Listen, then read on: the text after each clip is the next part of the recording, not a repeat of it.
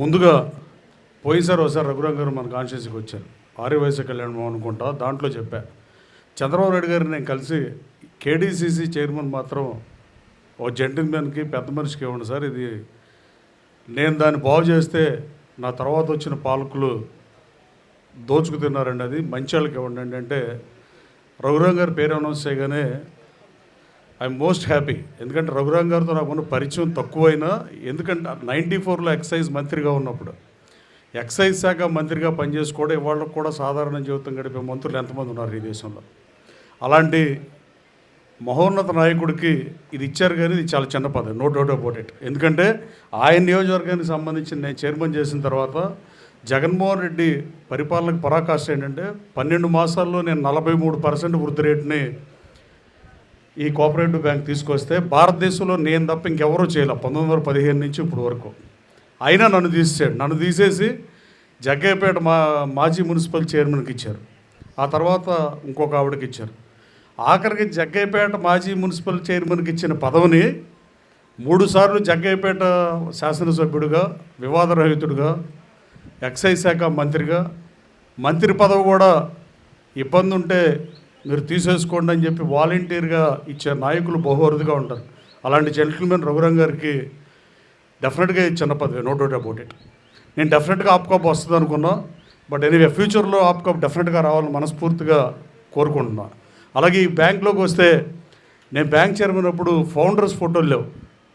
ఐదేవర్ కాళేశ్వర గారిది, మహానుభావుడు భోగరాజు పట్టాభి సీతారామయ్య గారిది ఫోటోలు పెట్టమని అప్పుడు జిఎంగా ఉండేవాడు శ్యామ్ మనోహర్ ఈయన. ఈ ఇద్దరు జిఎంని సీఈఓ రాజీ అని ఆదేశిస్తే 24 గంటల్లో పెట్టాం. ఆ ఫోటోకి కూడా డబ్బులు ఎక్కడుతున్నారు వీళ్ళు. ఎంత అని అడిగితే 4 రోజులు ఇస్తారంటే 300, 200. అసలు బ్యాంక్ పెట్టింది వాళ్ళు ఆస్తులు తగలేసుకుని 50,000 రూపాయలు సొంత డబ్బులతో పెట్టాడు. ఎంతైనా పర్లేదు 45 గంటల్లో పెట్టమని చెప్పే బ్యాంకులో. కానీ బాధాకరం ఏంటంటే ఆ ఫోటోకి దండ కూడా వేయలే వీళ్ళు. ఈ బ్యాంక్ ప్రెసిడెంట్ గారిని అది కరెక్ట్ చేసుకోండి ఫస్ట్. మీకు పదవి నేను ఇచ్చాను అనేది కాదు, అసలు అలా బ్యాంక్ పెట్టబట్టి మేము ఈ పదవి ఇచ్చాం అంతే. అలాగే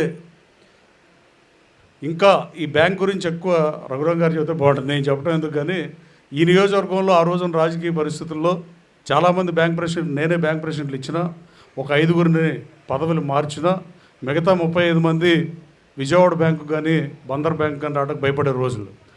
ఎవళ్ళు ఏ బ్యాంక్ చైర్మన్ కూడా మొహం చాటేసిన పరిస్థితి.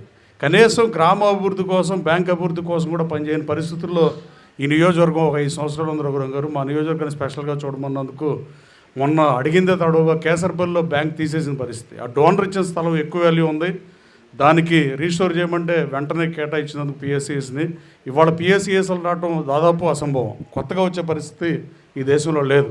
కానీ మనకు కేటాయించినందుకు గన్నవరం నియోజకవర్గ ప్రజల తరఫున, కేసరపల్లి గ్రామ రైతుల తరఫున రఘురామ్ గారికి ధన్యవాదాలు తెలియజేస్తూ, అలాగే ఒక 8 లక్షలు అని చెప్తున్నారు ఇందాక సార్ని అడిగితే, అందుకు మరోసారి ధన్యవాదాలు తెలియజేస్తూ, ముందు మనం మనిషికి కొంతమందికి పదవుల అలంకారం, కొంతమందికి మనిషే పదవికి అలంకారం.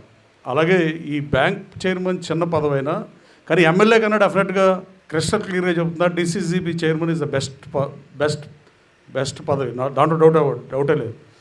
రాబోయే కాలంలో ఈ 3 జిల్లాల్లో, ఏలూరు జిల్లాలో కొంత పాటు, కృష్ణా జిల్లా, ఎన్టీఆర్ జిల్లాకి చైర్మన్ ఉన్న రఘురామ్ గారు ఈ రైతాంగాన్ని బాగు చేయాలన్నా, రైతులకు ఏదైనా సేవ చేయాలన్నా, జిల్లాకి ఏమన్నా మంచి చేయాలన్నా ఈయన చేతిలో ఉన్నంత పవర్ ఎమ్మెల్యేలకు లేదు. 2, నేను చైర్మన్ గారిని ఒకటి మాజీ చైర్మన్గా ఒక కోరిక కోరదలుచుకున్నా.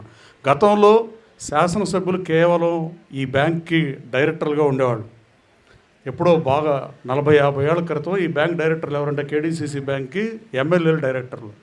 అట్లాంటి మంచి పదవిని కొంతమందికి పదవి అలంకారం, కొంతమందికి పదవి అలంకారం కాని వాళ్ళకి పదవులు ఎత్తడం వల్ల జగన్మోహన్ రెడ్డి దాన్ని నీచ స్థాయికి తీసుకెళ్ళి ఎమ్మెల్యేలను సుప్రీంలు చేసి, ఎమ్మెల్యేలకు అధికారాలు కాన్స్టిట్యూన్సీలు అప్పచెప్పి నామినేటెడ్ పదవి కాబట్టి ఈ నామినేటెడ్ పదవి రెన్యువల్ అవ్వాలంటే ఈ జిల్లాలో ఉన్న 14 మంది ఎమ్మెల్యేలు చెబితేనే అవుతుందని ఎన్నో తప్పులు జరిగినాయి.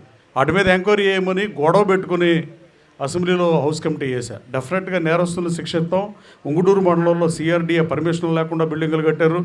అలాగే చాలా చోట్ల ప్రతి గ్రామంలో నేనేదో బ్యాంక్ ఆస్తుంటే బాగుంటుందని చెప్పి నేను కోరుకుంటే, నేను జనరల్ బాడీలో తీర్మానం చేస్తే మనం ఒకందుకు చేస్తే వాళ్ళు ఒకందుకు వాడుకున్న పరిస్థితి. నేను విజయవాడ నగరంలో ఆస్తులు కొనమంటే వాళ్ళు చల్లపల్లిలో, ఎక్కడెక్కడో తిరువూరులో, చిన్న పల్లెటూరులో 5 లక్షలు 10 లక్షలు దాన్ని 50 లక్షలు కొని పంది కుక్కుల్లాగా రైతుల సొమ్ము తిన్నది వాస్తవం.